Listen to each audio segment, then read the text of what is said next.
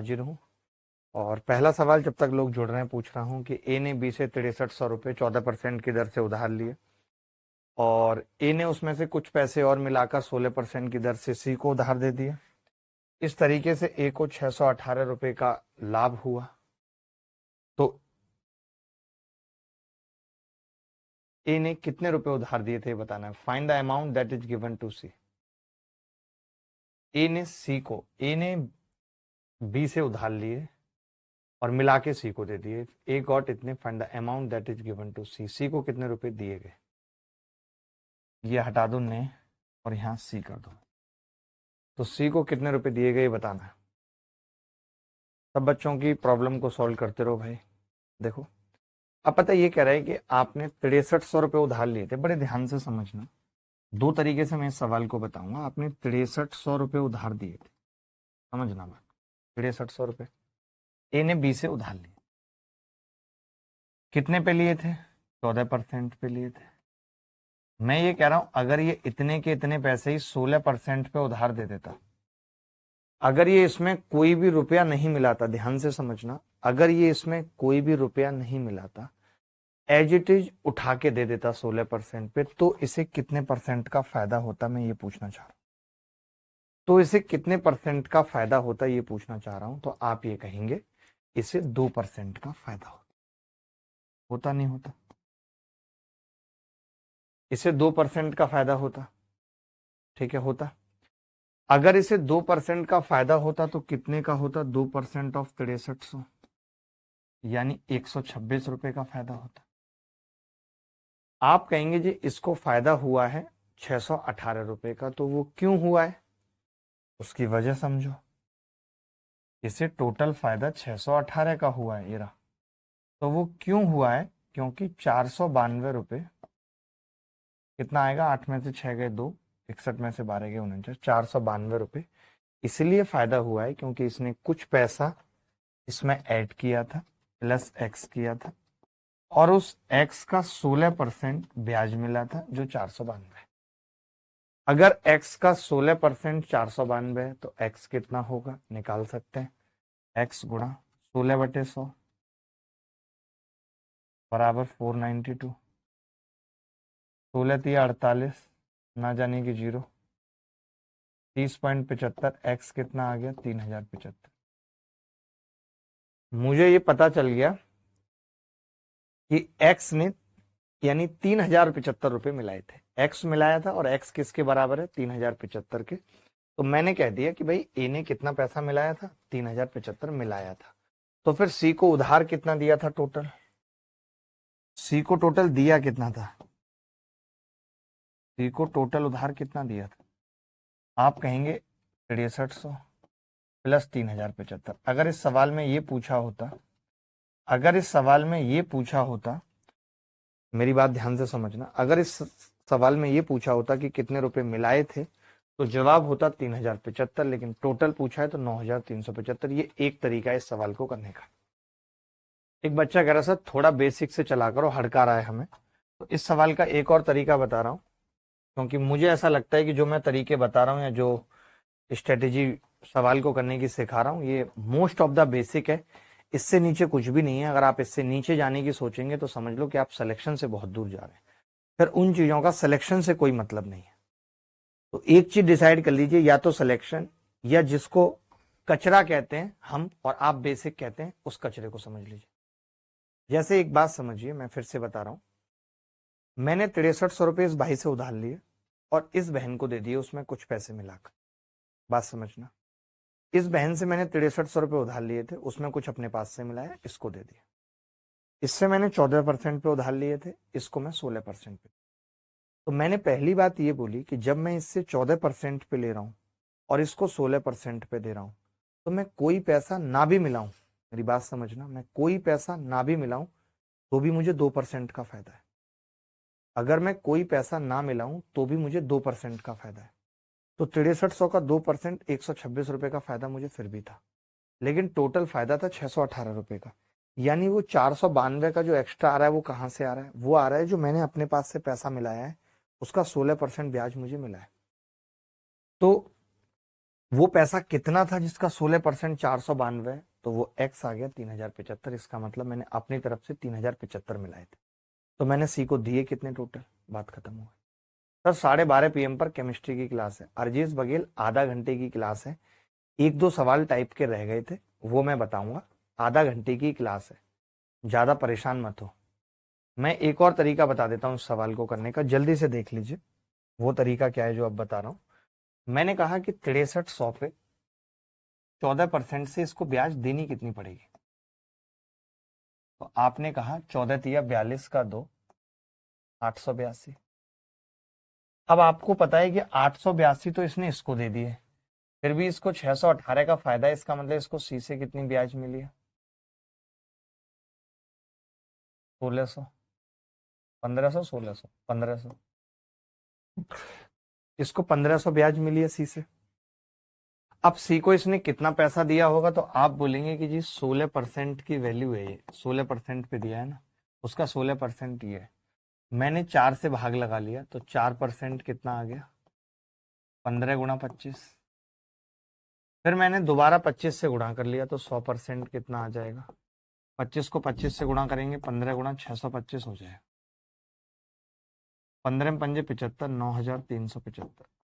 ये तरीका है, फिर ये तरीका लगा दो, बोलो। देखिए बहुत ध्यान से एक चीज समझने की जरूरत है कि एक धनराशि को एक निश्चित समय के लिए निवेश किया गया, मान लेते हैं कि वो धनराशि पी थी, और पी जो है वो 7% पे और टी समय में 450 हो जाती है। पी 7% से टी समय में 450 हो जाती है। उसके बाद ये कह रहा है कि 5% पे टी समय में 350 हो जाती है, 350 हो जाती है। तब आप बता सकते हैं कि क्या मैं ये कह सकता हूं कि भैया ये 2% पे टी समय में 100 का अंतर पड़ता है, बोलो। कह सकता हूं, ये बात कह सकता हूं कि 2% टी टाइम में 100 रुपये ब्याज जनरेट करता है, 1% टी टाइम में 50 रुपये ब्याज जनरेट करेगा, वहीं 7% टी टाइम में 350 ब्याज जनरेट करेगा। बात बता रहा हूं, मैं कह रहा हूं कि जब मैं पी को 7% की दर से दे रहा हूं टी समय के लिए, तो वो 450 बन रहा है। जब मैं पी को 5% की दर से टी समय के लिए दे रहा हूं, तो वो 350 बन रहा है कि नहीं। तो 2% कम होने पे 100 रुपये ब्याज कम हो जा रहा है, 1% पे 50 कम हो जाएगा, 7% पे 350 कम हो जाएगा। सबसे ज्यादा बेसिक तो यही है, इसके बाद आता है एक्स वाला मेथड, तो सबसे ज्यादा बेसिक यही है। तो अब मैंने यहाँ पे एक छोटी सी बात कह दी मित्र, बहुत बड़ी बातें तो मैं कभी कहता नहीं हूं, बट एक मैंने छोटी सी बात यहाँ पे कह दी कि अगर 7% से 3.5 साल में, मतलब टी साल में 350 रुपये ब्याज बनेगा, तो फिर पी कितना होगा, 100 रुपये, पी 100 आ गया। अब आप खुद देख रहे थे कि पी 100 आ गया, और 1% से आपने देखा है 1% से टी साल में 50 रुपये ब्याज बन रहा है 100 पे, ये देख लो। आप मुझे खुद बताइए 1% से ब्याज कितना बनना चाहिए था, 1 बनना चाहिए था, 1 साल में, लेकिन 50 बनाए क्योंकि टी 50 साल, तभी ऐसा हो सकता। तो टी भी आ गया 50 साल और पी 100 आ गया। देखिए एक बच्चा कह रहा सर पी 100 कैसे आया, यार अब ऐसे तो मत करो, कम से कम जब ब्याज 350 है 7% से टी टाइम में, और वो 450 बन रहा है, तो 450 में से 350 ब्याज घटा दूंगा तो प्रिंसिपल नहीं मिलेगा। बिल्कुल भूल गए क्या सब, जो पढ़ाया है वो बिल्कुल भूल गए लगता है। भूलो भाई, ऐसे ही भूलो सब। 3 राशियां एक्स वाई जेड इस प्रकार हैं कि वाई एक्स का साधारण ब्याज है, तो यहां से एक चीज समझना कि वाई एक्स का साधारण ब्याज है, यानी एक्स आर टी बटे 100, यही तो बोला है। तो मैं यहां से आर टी बटे 100 निकाल सकता हूं। आप कहेंगे हाँ जी निकाल सकते हैं, वाई बटे एक्स होगा। क्यों हो रहा है वाई बटे एक्स, क्योंकि वाई एक्स का साधारण ब्याज है, वाई एक्स का साधारण ब्याज है, और जेड वाई का साधारण ब्याज है, तो जेड बटे वाई भी आर टी बटे 100 होगा। और यहाँ से रिश्ता निकालें तो क्या आ जाएगा, वाई स्क्वायर बटे जेड एक्स। यही उत्तर है, यही उत्तर है। किसी को डाउट है तो बता देना। 20 साल में साधारण ब्याज 3200 रुपये है यदि प्रत्येक 5 वर्ष बाद मूलधन को क्रमशः 12%, 15% और 20% बढ़ा दिया जाए तो साधारण ब्याज क्या होगी ये बताना है। साधारण ब्याज क्या होगी ये बताना है। बता सकते हैं? 20 साल में साधारण ब्याज अगर 3200 रुपये, एक चीज समझना, मैं एक एग्जाम्पल से समझाता हूँ। मैं ये कह रहा हूँ कि अगर 100 रुपये है प्रिंसिपल और ब्याज 10% से कितनी आएगी, तो आप कहेंगे 10 रुपये आएगी। फिर मैंने कहा आपने इसको 20% बढ़ा दिया, 120 कर दिया। अब 10% से कितनी ब्याज आएगी, 12 रुपये। तो ब्याज भी कितनी बढ़ गई, 2 रुपये, और 2 रुपये 10 का कितना है, 20%।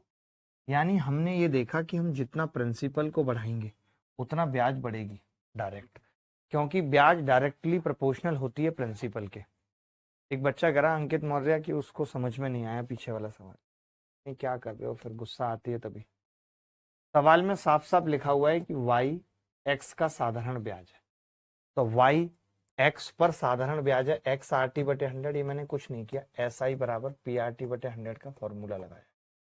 ये फॉर्मूला नहीं याद तुम्हें? तो मैंने क्या किया, एक्स को इधर ले गया तो यहाँ से आर टी बटे 100 की वैल्यू निकाल ली। मैंने कहा जब भी कभी कोई सवाल पूछा जाएगा तो आर टी बटे 100 वाई बटे एक्स होगा, क्योंकि वाई एक्स का साधारण ब्याज है। अब रेट और टाइम इक्वल है, जब रेट और टाइम इक्वल है और जेड वाई का साधारण ब्याज है तो जेड भी वाई आर टी बटे 100 होगा, यानी जेड बटे वाई भी आर टी बटे 100 के बराबर होगा। तो बस गुणा कर दिया तो वाई स्क्वायर बराबर जेड एक्स आ गया।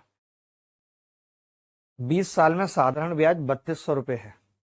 20 साल में साधारण ब्याज 3200 रुपये है यदि प्रत्येक 5 वर्ष बाद प्रारंभिक मूलधन को क्रमशः 12, 15 और 20% बढ़ाया जाए तो साधारण ब्याज क्या होगा ये बताना है।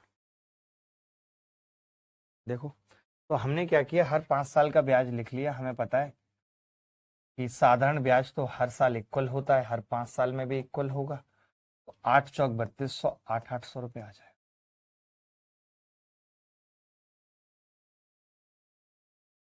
800 रुपये आ जाएगा। ठीक है, मूलधन को क्रमशः 12%, 15% और 20% बढ़ाया जाए। तो अगर 12%, 15% और 20% बढ़ाया जाए का मतलब है 5 साल तक तो कुछ नहीं किया जा रहा। यहाँ पे 5 साल बाद अगर 12% बढ़ाएंगे तो सीधे ब्याज भी 12% बढ़ जाएगी, 96 रुपये बढ़ जाएगी।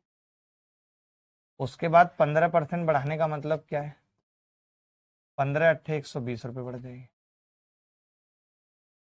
उसके बाद 20% बढ़ाने का मतलब क्या है, 160 रुपये बढ़ जाएगी। 96, 120 और 160 रुपये बढ़ जाएगी, ब्याज बढ़ जाएगी। अब इन्होंने पूछे नई साधारण ब्याज क्या होगी, तो भैया पहले 3200 थी, अब कितनी बढ़ गई, 160 और 120, 280, और 280 में 96 और जोड़ दिए,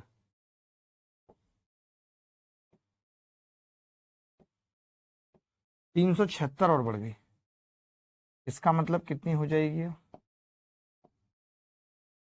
3576। ये उत्तर है, D. D is the correct answer. 3576 उत्तर हो जाएगा। 3576 उत्तर हो जाएगा। कंप्लीट हो जाएगा ना टॉपिक। आज शाम से सीआई स्टार्ट हो जा रहा है, समझो।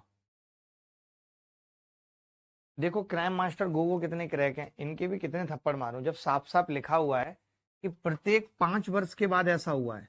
तो स्टार्टिंग के 5 वर्ष में तो कुछ हुआ ही नहीं ना। क्राइम मास्टर गोगो नकली शकल पढ़ेंगे ही नहीं, दिमाग से पढ़ते ही नहीं है सवाल। ये सोचते हैं कि मास्टर ही सवाल पढ़ दे, मास्टर ही सब बता दे। अबे तुम क्या करोगे फिर जब सब हम ही कर देंगे, तो इतना बता दो मुझे। एक साहूकार 9 रुपए इस शर्त पर उधार देता है कि 1 रुपए की 10 समान किस्तों में 10 माह में देय होगा। इसका देखिए मतलब क्या है। मान लेते हैं किसी ने 9 रुपए उधार दिए, तो 9 रुपए पर 1 महीने तक ब्याज चलेगा और उसके बाद वो 1 रुपया उधार में से चुका देगा। आपको पता होगा कभी ब्याज पे ब्याज नहीं चलता और जो हम चुकाते हैं वो प्रिंसिपल में से कम होता है। अब ब्याज 8 रुपए पे चले 1 महीने तक, फिर वो 1 रुपया दे देगा। फिर ब्याज 7 रुपए पे चलेगा, फिर वो 1 रुपया दे देगा। फिर ब्याज 6 रुपए पे चलेगा, फिर वो 1 रुपया दे देगा। फिर ब्याज 5 रुपए पे चलेगा, फिर वो 1 रुपया दे देगा। फिर ब्याज 4 रुपए पे चलेगा, फिर 1 रुपया दे देगा। फिर ब्याज 3 रुपए पे चलेगा, फिर 1 रुपया दे देगा। फिर ब्याज 2 रुपए पे चलेगा, फिर 1 रुपया दे देगा। कितनी इंस्टॉलमेंट हो गई? 1 2 3 4 5 6, 3 4 5 6 7 8 हो गई, टोटल 10 है। फिर 1 रुपया दे दिया, अब 1 रुपये पे ब्याज चलेगा, फिर 1 रुपया दे दिया। मुझे लगता है अब तो हो गई 9 8 7 10 किस्त है ना टोटल, 3 और 3 6 और 3 9, अभी 9 हुई है। अभी लास्ट में 1 रुपया और दे रहा है, लेकिन अब ब्याज 0 पे चलेगा। ये ब्याज है। क्लियर है बात? अब मेरी बात समझना ध्यान से। मैं ये कह रहा हूं कि जो मुझे 1 रुपया एक्स्ट्रा देना पड़ा है, आपको पता होगा 9 रुपए उधार लिए थे और 10 1 रुपए की किस्तें हैं, यानी 10 रुपए देने पड़े हैं। तो मैं आपसे पूछना चाहता हूं कि ब्याज कितना देना पड़ा है? ब्याज कोई बच्चा बता सकता है मुझे? कोई बच्चा मुझे बता सकता है ब्याज कितना देना पड़ा है? आप कहेंगे ब्याज 1 रुपया देना पड़ा है। बोलो, ब्याज 1 रुपया देना पड़ा है, मानते हैं?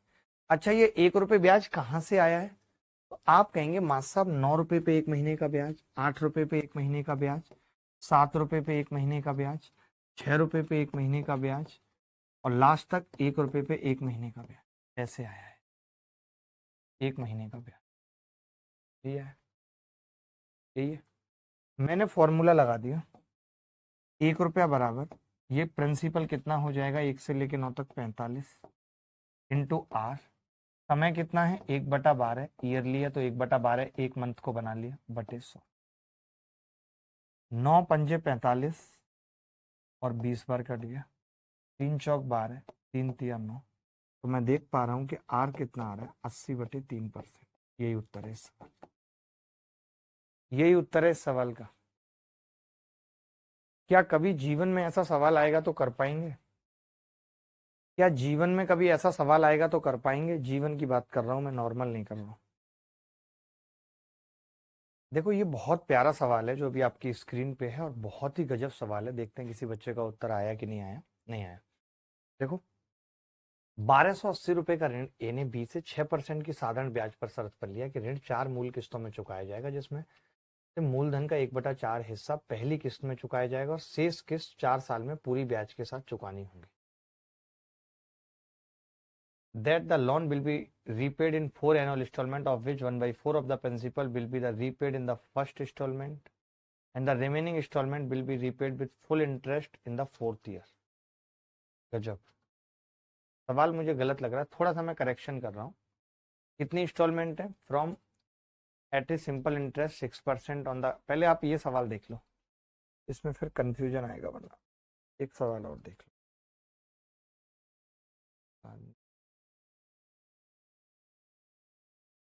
ये देखना पड़ेगा।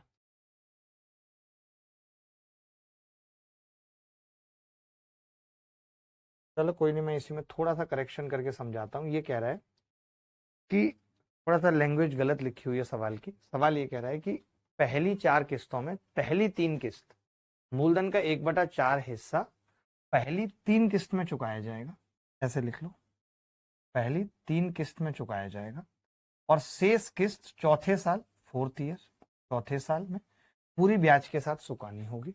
तो चौथे वर्ष में ए द्वारा भुगतान की गई राशि बतानी है। इंग्लिश में भी करेक्शन कर रहा हूँ। The loan will be repaid in 4 annual instalment, of which 1/4 of the principal will be repaid in the first 3 instalment and the remaining instalment will be repaid with full interest in the 4th year. Find the amount paid by a in 4th year. बता दीजिए। बस last सवाल है, last सवाल। मैंने कहा था आधा घंटे की क्लास है, लास्ट सवाल है। देखो, मैं ये कह रहा हूँ 1280 का 1/4 कितना होगा? तो आप कहेंगे 4 तिया 12, 320। यानी हम ये कह सकते हैं कि 1280 हमने उधार लिया था और पहली किस्त हमने 320 रुपए दे दी, फिर अगली किस्त हमने 320 दे दी, फिर अगली किस्त हमने 320 दे दी। अब जब आखिरी किस्त है तो उसमें 320 तो देनी देनी है, प्लस ब्याज और देनी। बोलो, क्योंकि ब्याज भी देनी है। तब एक लड़का बोला जी ब्याज कितनी देनी है? हमने कहा जितना पैसा लिया होगा उसकी ब्याज देनी है। तो वो बोला कि जी पहले साल तो 1280 पे पूरा ब्याज देना होगा 1 साल तक, और फिर जब 320 दे देंगे तो फिर 1 साल 960 पे ही ब्याज देना होगा, फिर अगले साल और दे देंगे 320 तो 640 पे ब्याज देना होगा, फिर अगले साल केवल 320 पे ब्याज देना। तब एक लड़का बोला कि जी ये तो बड़ा कॉम्प्लिकेटेड हो जाएगा सवाल। मैंने कहा कैसे? बोला ऐसे कौन ब्याज निकालता फिरेगा कि 1 साल का 1280 पे फिर 1 साल 960 का 6%, मुश्किल होगी। तो मैंने कहा तू पागलपंती क्यों कर रहा है, तू इन सबको जोड़ ले, एक साथ ही निकाल ले। तो आपने देखा जोड़ के, जब मैं 320 को इसमें जोड़ूंगा तो ये 1600 आ जाएगा, और इसको जोड़ूंगा तो 1600, यानी 3200 बनेगा टोटल जोड़ के। और 3200 पे 1 साल का ब्याज 6% से निकालना बहुत आसान है। क्या होगा बताओ?